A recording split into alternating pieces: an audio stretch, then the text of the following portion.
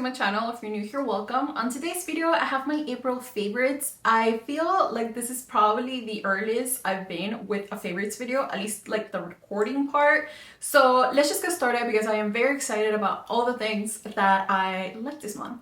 Okay, I have to give a disclaimer. This was a very music heavy month for me. I'm of course gonna talk about Taylor Swift's new album.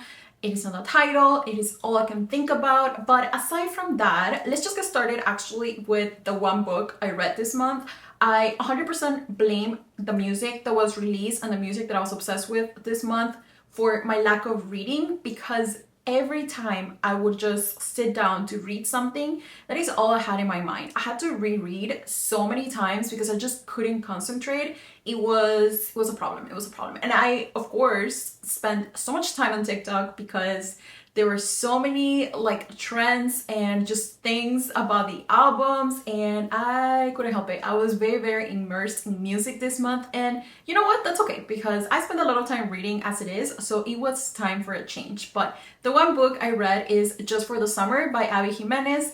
I don't know how much more I can rave about her as an author. I talked about her in my last favorites video because I read the first two parts for this series. Honestly, you don't really have to read them in order. You can read them like by themselves, but it is definitely fun to read them in order because as you continue reading her series, you end up catching on certain like Easter eggs, I guess we could call them. It is not something that it leaves on a cliffhanger and then you have to read the second part to find out. It is not like that at all. They're very standalone books, but it is fun to be able to catch on those little things that you will know if you read them in order. Just for the Summer was not my favorite book out of the three of them, but that doesn't mean that it was a bad book. I was just very obsessed with the two books I read last month, especially oh my god, how am I forgetting the name? I keep thinking Part of Your World, but that is the first one. Yours Truly is my absolute favorite book of hers. I haven't read any others. I have them checked out, but the music has taken over my life, so I haven't really gotten around to those. But I just know I'm gonna like them. I really like her style of writing. It feels very lighthearted, but it also discusses a lot of deep topics. For this book, I don't know how to say how I felt without really talking about the things that happened, because I definitely encourage you to read her books. They're really good. I mean, I don't know how many more times I can say it, but there was a point. Let me gather my thoughts. There's a character in this book that I thought was gonna have some sort of character development. This person was gonna get better and surprise us and just become, we were gonna understand why this person was the way that they were, and kind of feel bad for them, but you never feel bad for that person. If anything, it just really shows that this person was not good, and it was kind of shocking. I did not expect it to finish that way. I was hoping more, it has a happy ending, but I was hoping more of okay, everything gets resolved and they live happily ever after. And it doesn't have that part, which makes it more realistic, and I really enjoyed it. It discusses a lot of heavy topics, and I love that at the beginning of her books she does mention trigger warnings, so that it's very nice for somebody like me who doesn't read any descriptions. And yeah, again, I don't know what to say other than she's amazing. You should read her books. And I don't know, she just really knows how to write complex characters in a very I don't know, understanding way or casual way. I don't know what I'm saying anymore, so let's just move on. I think I gave this book 4 stars, 5 stars, not sure. I'm gonna put it here, but I really liked it. If I were to rank the series, I feel like it's pretty obvious that Yours Truly will be my number 1, then Part of Your World, and then Just for the Summer. I did request Emily Henry's latest book. I am a little bit scared about how I'm going to like it, just because I didn't like Happy Place, and I was super hyped up for that book. So I haven't gotten the book just yet because there's a lot of people claiming it on the library, so it hasn't gotten to me just yet. But to say that I'm excited, I'm just not. I'm a little nervous because I really loved her early books, and I don't know, I don't want to be disappointed again. I'm not saying Happy Place was a bad book, it just wasn't for me. And yeah, that's pretty much it in the book category. Now let's move on to music. This month with Coachella, I really love watching the live streams. I've been watching them since they started. It's probably one of the best things they have ever done. I love how amazing the quality is. I love that I can watch it from the comfort of my home. I love that I don't have to, I don't know, like pay a subscription. You literally just watch it on YouTube and they do a like rerun so you can catch it again if you didn't the first time. I really love it. I love the convenience aspect of it, and truly the quality is amazing. I was a huge fan of Sabrina Said. It was so freaking good. I have become such a big Sabrina fan, which is crazy because I feel like I mentioned in a previous video like a long time ago that there were so many songs of her that I liked, but I didn't know it was by her.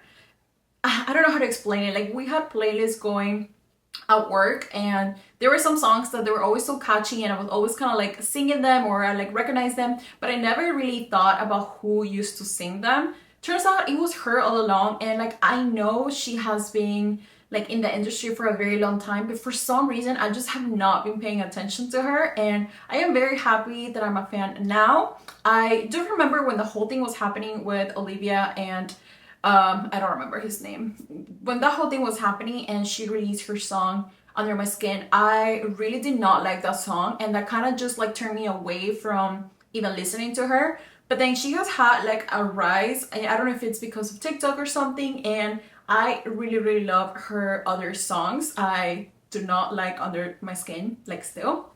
I really love the song that she wrote about her dad. It is one of my favorite songs. It's such a heartfelt song. I don't remember the name somehow. Let me think of it.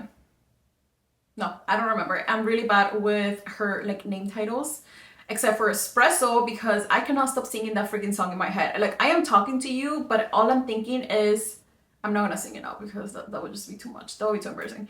But that is all that is going in my head. It is freaking insane. I really love her music. Very obsessed with Espresso. And now let's just move on to my girl Taylor. When this album got released, I wanted to stay up until midnight to listen to it, but then I just knew it was not gonna be like good for me because I was gonna be too tired. The next day I had to work and there were gonna be too many songs for me to like really appreciate, and I wanted to make sure I was like fully awake, fully like aware while I was listening to them. So the next morning I woke up and I am just like shooketh by the fact that not only she released the album, but she released a second part to the album, and there were a crap ton of songs available for me to listen to. So I got to start listening, and my initial reaction was that they were like very sad, and it was kind of not the vibe that I wanted. Like, I was in such a like espresso vibe, you know, like those upbeat like summer songs, and this album was so like winter sadness. I don't know how to explain it. Like cold weather, it is raining outside type of vibe. So it kind of took me a little bit to like get into it, but then when I finally got through like the whole set and I was able to replay the album, I started really catching on so many little details. She's such a great artist. I'm just surprised by her every time, because for someone to be in the industry for as long as she has been, it is very difficult to continue to evolve and just keep on getting better and better. And although a lot of people were not happy with this album because they were expecting like an upbeat like pop album, it was very obvious that that is not what she was gonna give us.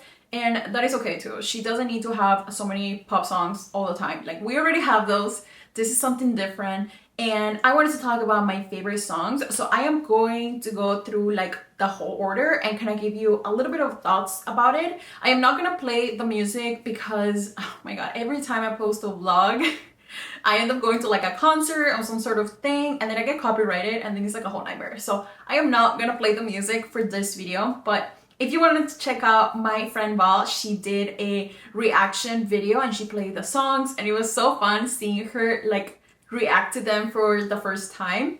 I don't think she has uploaded a second part. I think she only did the first album. So I'm gonna link it in my description so you can check that out if you like Taylor's music. And yeah, let's just get started with the whole rundown. The first song is Fortnite. It is the only one that has a music video so far. It is with Post Malone. I really like this song. It has been on like the top of the charts since like it released, so that was very surprising for me. I guess because since she was singing with Post Malone, a lot of people were like curious to see how that was. The song is amazing. I just think there are others that are, I don't know, like better or that I like more.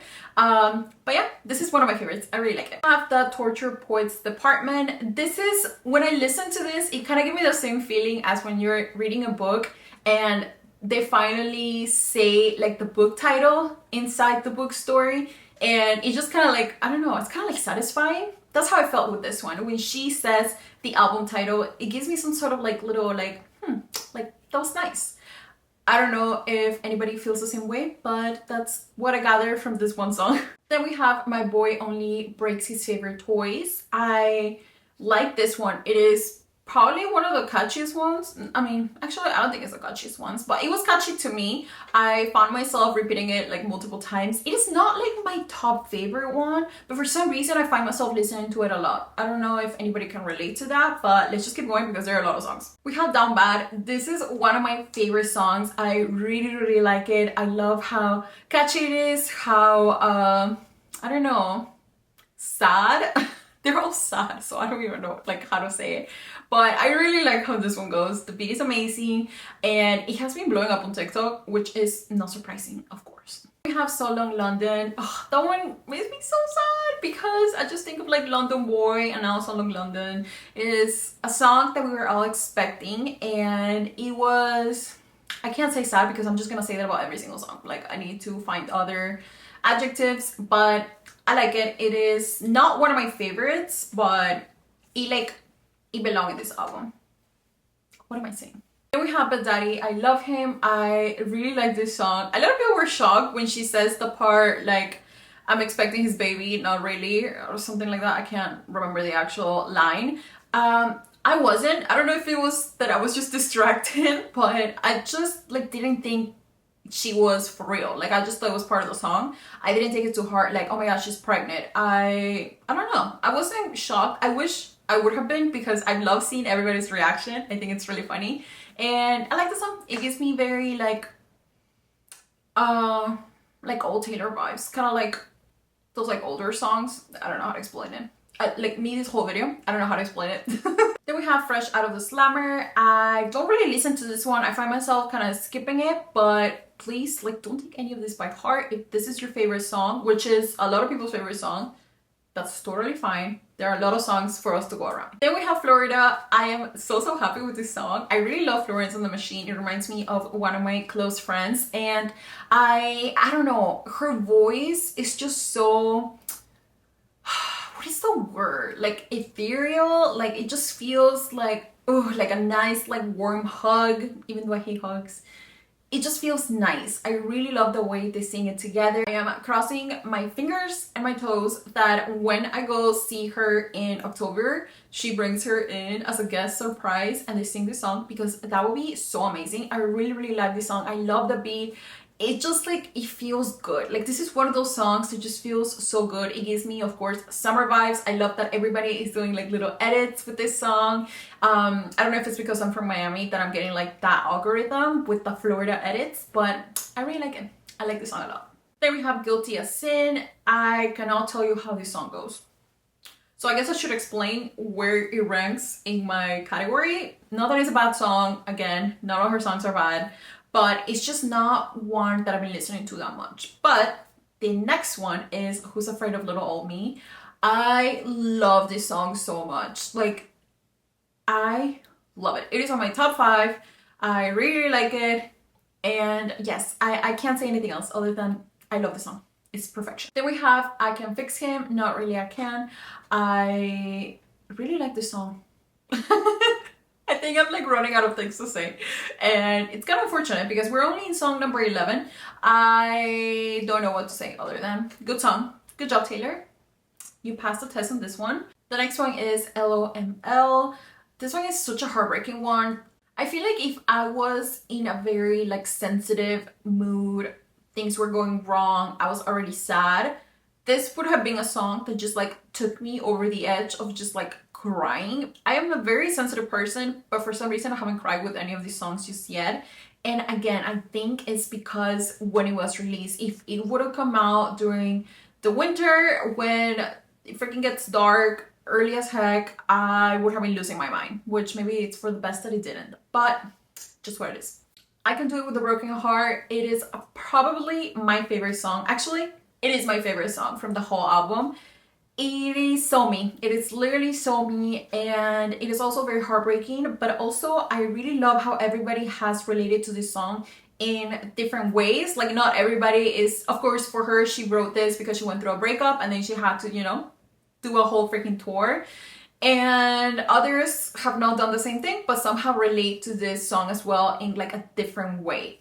This is one of those songs that just does that, and that is amazing, and this is why I love music. The Smallest Man Who Ever Lived. The amount of edits I have seen of this freaking song, and it's like, wow, like some people are just very, very broken and disgusting, because the screenshots I've seen during the edits of like what men have said to girls, it's just like literally insane, and it is crazy that so many people can relate to it, like especially to this one, you know. But let's move on. The Alchemy just like got me through. I was like already so sad with the previous song, and then this one played and it was kind of like, thank God, like we needed this. We needed like a little like happier one, you know. It was so sweet, it was so cute. I really hope she just like ends up with Travis for like the rest of her life and they're like happy forever, because it just seems so like in love, and it's something so cute to like perceive, and it just feels real. In like with stars, it's so difficult. I always say this, like there's some couples that just don't seem in love, and there's like they're the exception. I don't even know what I'm saying. Then we have Clara Bow. Not gonna lie, when she called herself out, it like I had to do a double take. Because for like a split second I was like, am I listening to a remix or something? Like it threw me off so freaking hard. I have no idea why, but I like the song. It's not one of my favorites, so let's just keep going. The next one is The Black Dog. I think now, am I now part of the second album? I don't know where it ends, because I have like the whole album together, so I don't know when the first one ends and when the other one starts, but I definitely like the first part a lot more than the second. Just personal preference, please don't come for me. The Black Dog, it's okay. I'm Gonna Get You Back, it's okay. Actually, I'm just gonna skip through and tell you which ones I like, because I can tell this is the second album. The next one that I really love is So High School. I feel like nobody likes the song, which is totally fine. That can become my song. I really love it. It like throws me back to when I was young, in high school, in love, and thinking that my life was like way more complex than what it actually was, which is just the best part about being young. And people were taking the lyrics like a little too like literal, and I feel like sometimes we should just take a song for what it is, and it's just a song. We don't need to overanalyze it so much. I know it's Taylor Swift, so of course she does everything with a purpose, but I feel like people were just like losing their minds over this one. Like, it's a song after all. Let's just not get too crazy, please. I really love I Hate It Here. The edits for the song is also so cute. So many book lovers have done little edits for it, and I totally relate. I can find myself singing this one too, like time and time again. I really like it. Let's see. Thank You, Amy. Oh my god. Thank You, Amy. Had me like, I really like this song. I think it's one of her strongest ones from this album. I feel like even if she didn't say, like, she didn't title it like that, and we could just assume it was about Kim, it still would have been very impactful. But I think it's also very cool that she felt like she felt okay, she felt ready to just kind of like expose it that way. And I forgot to mention, but I'm sure if you're seeing this video you also saw her little like disclaimer before she announced this album, or as she launched this album, that she said that these songs were like from the past, and now that she has released this to the world, it is ours, and she's closing that chapter, which makes me very happy, because it feels like this was the last thing from that situation she went through, and she's like officially moving on from it. And I don't know, that just made me very happy for her. And that is it. I am so sorry to the second part of this album for not including so many of the songs. But you know what? That is okay. There were a lot of them, so I still like a big chunk. I am so happy to see like what she ends up doing for the rest of the tour, because like I said, I'm gonna see her in October, which means she's probably going to add some songs, and I am not mad about it because I do watch the Eras Tour movie like every week, so I know the whole tour like left and right. Okay, it is time for me to wrap up this video. I feel like I've been talking for way too long. I am thirsty, I am exhausted of these lights, and it is time for me to sit down and edit. But if you would like to see what I was up to this month, make sure to check out my vlog. I really love doing my little vlogs. I ended up going to see Derek Hought's live and it was amazing. I know the video was like very heavy on that tour, but oh my god, it changed my life. I don't want to like talk your ear off about it anymore, because you can just go ahead and check out that video. And yeah, don't forget to follow me on all the socials, and I'll see you very soon with another one. Bye.